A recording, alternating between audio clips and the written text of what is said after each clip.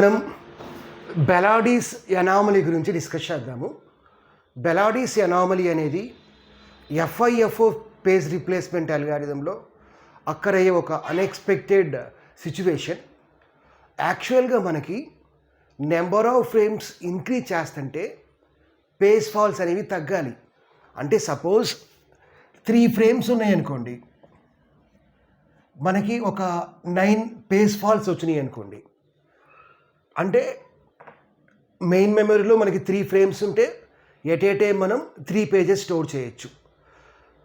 అంటే 9 page falls వచ్చినాయి అనుకోండి.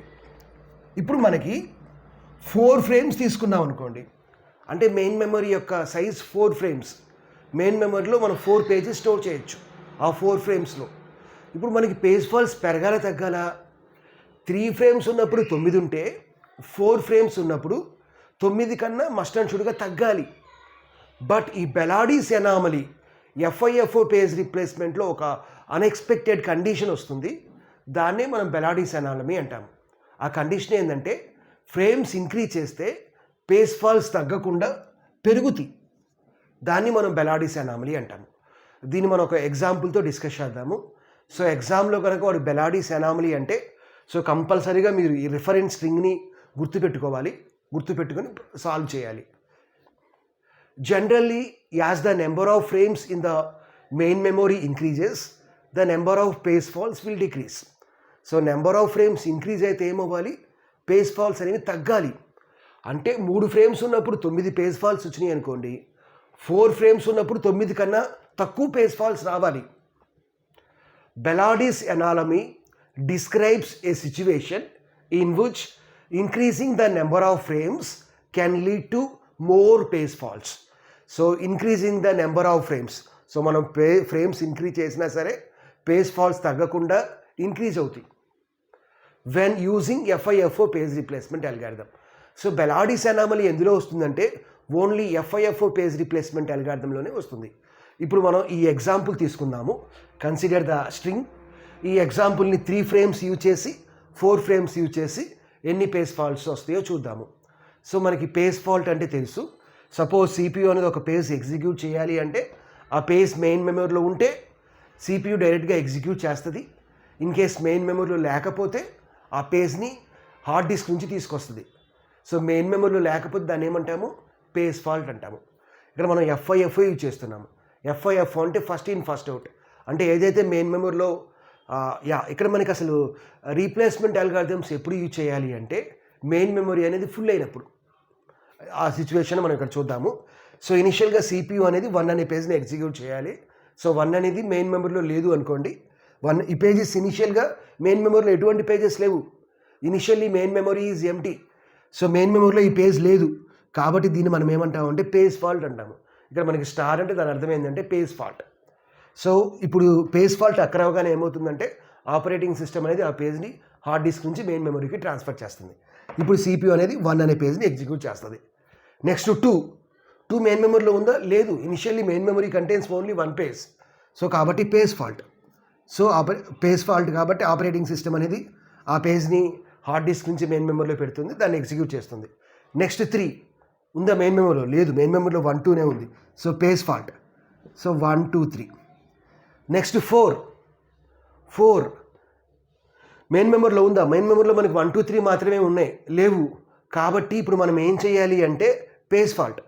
ఆపరేటింగ్ సిస్టమ్ అనేది ఆ పేజ్ని హార్డ్ డిస్క్ నుంచి తీసుకొచ్చి మెయిన్ మెమరీలో పెడుతుంది. బట్ ఇక్కడ మెయిన్ మెమరీ యొక్క సైజ్ ఎంత? 3 ఫ్రేమ్స్ మాత్రమే. ఇక్కడ మనకి 3 ఫ్రేమ్స్లో 3 పేజెస్ ఉన్నాయి. ఇప్పుడు మనం ఏం చేయాలి? ఆ 3 పేజెస్లో ఒక పేజ్ని రీప్లేస్ చేయాలి. ఏ పేజ్ని రీప్లేస్ చేయాలి? ఎఫ్ఐఎఫ్ఓ అంటే ఫస్ట్ ఇన్ ఫస్ట్ అవుట్. అంటే మెయిన్ మెమరీలో ఏదైతే పేజ్ ఫస్ట్ వస్తుందో దాన్ని రీప్లేస్ చేయాలి. అంటే ఓల్డెస్ట్ పేజ్ని రీప్లేస్ చేయాలి. ఇప్పుడు 1, 2, 3లో ఓల్డెస్ట్ పేజ్ ఏంది? 3 అంటే ఇప్పుడే వచ్చింది. వేరియాస్ 1 అనేది ఓల్డెస్ట్ పేజ్. కాబట్టి 1 ప్లేస్లో ఇది ఇక్కడ పేజ్ ఫాల్ట్. ఇది పేజ్ ఫాల్ట్ కాబట్టి మనం ఆపరేటింగ్ సిస్టమ్ అనేది ఆ పేజ్ని ట్రాన్స్ఫర్ చేస్తుంది. సో 1 ప్లేస్లో 4 వస్తుంది. 4, 2, 3. నెక్స్ట్ 1 మెయిన్ మెమరీలో ఉందా? లేదు. So page fault. ఇప్పుడు ఏ పేజ్ రీప్లేస్ చేస్తుంది? 4, 2, 3లో ఓల్డెస్ట్ పేజ్ ఏంది? 4 అంటే ఇప్పుడే వచ్చింది. వేరియాస్ 2 అనేది ఓల్డెస్ట్ పేజ్ కాబట్టి 2 ప్లేస్లో 1 పెట్టాలి. సో 4, 1, 3. 413. నెక్స్ట్ 2 ఉందా? లేదు, కాబట్టి పేజ్ ఫాల్ట్. ఇప్పుడు 413లో ఏది ఓల్డెస్ట్ పేజ్? 1 ఇప్పుడే వచ్చింది, 3 అనేది ఓల్డెస్ట్ పేజ్, కాబట్టి 3 ప్లేస్లో 2 వస్తుంది. నెక్స్ట్ 41. నెక్స్ట్ 5 ఉందా మెయిన్ మెమరీలో? లేదు, సో పేజ్ ఫాల్ట్. సో 412 ఇందులో దేన్ని మనం రీప్లేస్ చేయాలి? 2 ఇప్పుడే వచ్చింది, 4 అనేది ఓల్డెస్ట్ పేజ్, సో 512. నెక్స్ట్ 1 అనేది మెయిన్ మెమరీలో ఉందా? ఎస్ ఉంది, so there is no page fault, కాబట్టి దీన్ని మనం హిట్ అంటాము. హిట్ అంటే మెయిన్ మెమరీలో ఉంది, ఆ పేజ్ని CPU ఎగ్జిక్యూట్ చేస్తుంది. ఇప్పుడు మళ్ళీ ఇంకోసారి రాయాల్సిన నెస్టీ లేదు ఇక్కడ మనకి. వై? బికాజ్ ఇప్పుడు మనం కొత్తగా పేజ్ నేను తీసుకురాలా, ఆల్రెడీ మెయిన్ మెమరీలో ఉన్న పేజ్ని CPU ఎగ్జిక్యూట్ చేస్తుంది. నెక్స్ట్ 2 మెయిన్ మెమరీలో ఉందా? ఎస్ ఉంది, సో హిట్. మళ్ళీ ఇంకోసారి దీన్ని రాయాల్సిన నెస్టీ లేదు. నెక్స్ట్ 3 మెయిన్ మెమరీలో ఉందా? లేదు. ఇప్పుడు మనం ఏది ఓల్డెస్ట్ పేజ్? ఇప్పుడు ఈ 2 పేజెస్ మనం ఇక్కడ కన్సిడర్ చేయకూడదు, బికాజ్ వీటిని మనం కొత్తగా లోడ్ చేయాల, ఆల్రెడీ ఉన్న పేజెస్నే CPU ఎగ్జిక్యూట్ చేసింది. సో 512లో ఓల్డెస్ట్ పేజ్ ఏంది? 5 మనం ఇప్పుడే తీసుకొచ్చాము, 1 అనేది ఓల్డెస్ట్ పేజ్, కాబట్టి 1 ప్లేస్లో ఏమొస్తుంది? ఇక్కడ మనకి ఇది పేజ్ ఫాల్ట్, సో 1 ప్లేస్లో ఏమొస్తుంది? 3 వస్తుంది. 5 to 1లో ఏది ఓల్డెస్ట్ పేజ్? 1, సో పైన 5 ఉంటుంది, కింద 2 ఉంటుంది. నెక్స్ట్ 4 ఉందా? లేదు, సో పేజ్ ఫాల్ట్. సో 532లో ఓల్డెస్ట్ పేజ్ ఏంది? 3 ఇప్పుడే వచ్చింది, ఈ 1, 2ని మనం కన్సిడర్ చేయకూడదు.